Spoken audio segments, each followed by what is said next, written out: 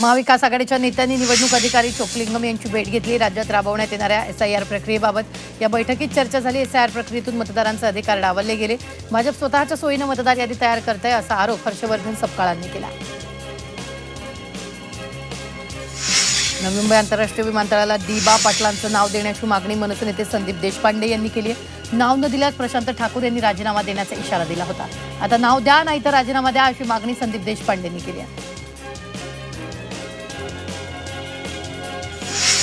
प्रबोध डावखरे यांनी राष्ट्रवादी काँग्रेसमध्ये प्रवेश केला। प्रबोध डावखरे हे भाजप आमदार निरंजन डावखरे यांचे बंधू आहेत। राष्ट्रवादीचे प्रदेश अध्यक्ष सुनील तटकरे, दिलीप वळसे पाटील आणि मंत्री छगन भुजबळ यांच्या उपस्थितीत हा पक्षप्रवेश पार पडला।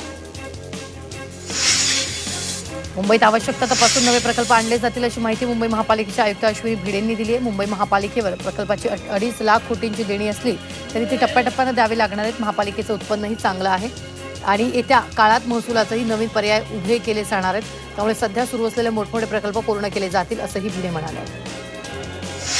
पनवेल महापालिका ॲक्शन मोडवर आली। पावसाळ्याच्या पार्श्वभूमीवर पनवेल महापालिकेनं नालेसफाईला सुरुवात केली आहे। महापौर नितीन पाटील यांनी कंत्राटदाराला नालेसफाईच्या कामासाठी विविध निर्देश दिलेत। तसंच सर्व विभागांशी समन्वय साधून यंदा शहरात पाणी टंचाई होणार नाही याची काळजी घेतली जाईल अशी माहिती महापौरांनी दिली आहे। मुंबईतील 7 हिल्स रुग्णालयात अखेर दिवाळीखोरी प्रक्रियेतून बाहेर पडून नव्या कंपनीकडे सोपवण्यात आले। महापालिकेने नव्या कंपनीसोबत करार करण्याचा निर्णय घेतलेला आहे। कल्याण डोंबिवलीत मेडिकल स्टोअर्स बंदमध्ये सहभागी झाले। यावेळी केमिस्ट संघाच्या पदाधिकाऱ्यांनी मुकमोर्चा काढत तहसीलदारांना निवेदन दिले। यावेळी कल्याण आणि डोंबिवलीतील सुमारे 1,500 केमिस्ट सहभागी झाले होते। यावेळी आपल्या मागण्यांचं निवेदन तहसीलदारांना देण्यात आले। कोण पनवेलमधील गिरणी कामगारांसाठी 2,417 घरांसाठी सोडत काढण्यात आली होती। या सोडतीतील विजेत्यांना घराचा ताबा देण्याची प्रक्रिया म्हाडाच्या मुंबई मंडळाकडून सुरू आहे। मात्र कोणमधील घरं येण्यास विजेते कामगार उत्सुक नाहीत। त्यामुळे या विजेत्यांना कागदपत्र सादर करण्यासाठी आणि घराचा ताबा देण्यासाठी मंडळानं पुन्हा एकदा 45 दिवसांची मुदतवाढ दिली आहे। मुंबई विद्यापीठात भौतिकशास्त्र विभागात प्रवेश प्रक्रिया सुरू झाली आहे। विज्ञान आणि तंत्रज्ञान क्षेत्रात करिअर घडवू इच्छिणाऱ्या विद्यार्थ्यांसाठी ही मोठी संधी मानली जाते। इच्छुक आणि पात्र विद्यार्थ्यांनी पात्रता, प्रवेश वेळापत्रक आणि अर्ज प्रक्रियेच्या सविस्तर माहितीसाठी विद्यार्थ्यांनी संकेतस्थळाला भेट देण्याचं आवाहन मुंबई विद्यापीठाने केलं आहे। IIT मुंबईच्या 2024-25 शैक्षणिक वर्षातील प्लेसमेंटमध्ये गतवर्षीच्या तुलनेत नोकरीच्या संधींमध्ये किंचित घट झाली आहे। मात्र विद्यार्थ्यांना मिळणाऱ्या वेतनामध्ये तब्बल 10% वाढ झाली। यंदा नोकरी मिळालेल्या विद्यार्थ्यांची संख्या सुमारे 70% इतकी आहे। महाराष्ट्र लोकसेवा आयोगामार्फत राबवण्यात येत असलेल्या महाराष्ट्र कृषी सेवा मुख्य परीक्षा 2024च्या अंतिम निवडी आधीच अद्याप विलंब होतोय। त्यामुळे संबंधित उमेदवारांमध्ये प्रतीक्षेचं वातावरण निर्माण झालंय। शाळांमध्ये अल्पवयीन मुलींवर अत्याचार, छेडछाड आणि गैरप्रकार रोखण्यासाठी पालिकेकडून नवीन उपाययोजना सुरू होणार आहेत। प्रत्येक शाळेत बाल सुरक्षा समिती आणि सर्व वॉर्डमध्ये बाल संरक्षण समिती नेमण्यात येणार आहे। दिवा उड्डाण पुलाचं काम रखडल्यानं नागरिकांना मनस्ताप सहन करावा लागतोय। मध्य रेल्वेच्या लोकल सेवेवरही याचा परिणाम होतोय।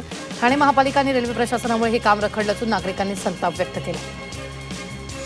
रेल्वे गाड्यांमध्ये आग लागण्याच्या घटना समोर आल्या। त्या घटनांची भारतीय रेल्वेकडून सखोल चौकशी करण्यात आली असून अनेक प्रकरणांमध्ये समाजकंटकांचा सहभाग असल्याचं समोर आलेलं आहे। खासगी ट्रॅव्हल्सच्या बसना मुंबईच्या वेशीवरच रोखण्यात येणार आहे। वेशीवर उतरणाऱ्या प्रवाशांच्या सोयीसाठी दहिसर नाक्यावर 3 star hotel, parking hub, food plaza उभारण्यात येणार आहे। यासाठी पालिका सुमारे 1,232 कोटींचा खर्च करणार असल्याची माहिती पालिका आयुक्त अश्विनी भिडेंनी दिली। आंतरराष्ट्रीय प्रवाशांमध्ये मार्चमध्ये मोठ्या प्रमाणात घट झाली आहे। युद्ध परिस्थिती, इंधन दरवाढ, विमान कंपन्यांच्या तिकिटांमध्ये दरवाढीमुळे आंतरराष्ट्रीय प्रवासी संख्येत मोठी घट झाली आहे। रिक्षा टॅक्सी परवान्यासाठी सादर केलेल्या कागदपत्रांची फेरतपासणी करण्यात येणार आहे। मराठी सक्तीसाठी परिवहन विभागानं पुढचं पाऊल टाकलेलं आहे।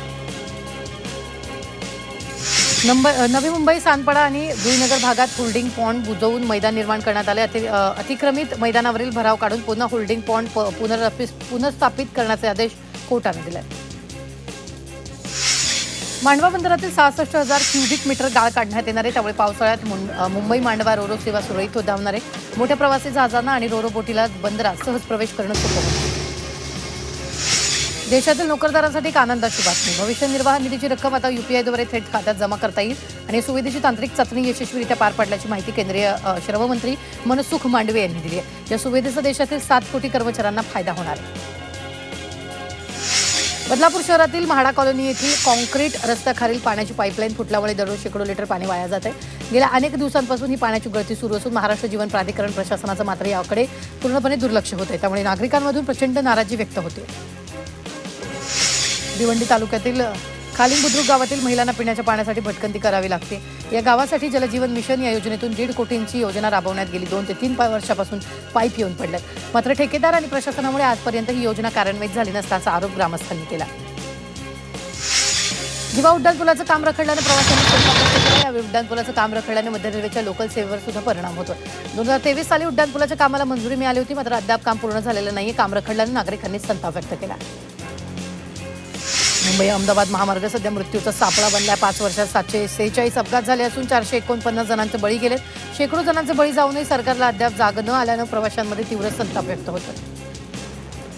अखिल भारतीय मराठी नाट्य परिषदेचा जीवन गौरव पुरस्कार जाहीर झाला. यंदा ज्येष्ठ अभिनेत्री स्वाती चिटणीस आणि ज्येष्ठ अभिनेते दिलीप प्रभावळकर यांना जीवन गौरव पुरस्कार जाहीर झाला. हा पुरस्कार वितरण सोहळा 24 जून रोजी मुंबईतील यशवंत नाट्य मंदिरात होणार आहे. बॉलिवूडचा भाईजान अर्थात सलमान खान नेहमी चर्चेत असतो, मात्र यावेळी सलमानच्या सोशल मीडियावर पोस्टमुळे खळबळ उडाली आहे. मंगळवारी मध्यरात्री सलमाननं सलग 4 पोस्ट शेअर केल्या. पोस्ट बघून चाहत्यांमध्ये गोंधळ उडाला. एकच चर्चा सुरू झाली. विशेष म्हणजे या पोस्टमधील काही कॅप्शन पाहून चाहतेही चक्रावले.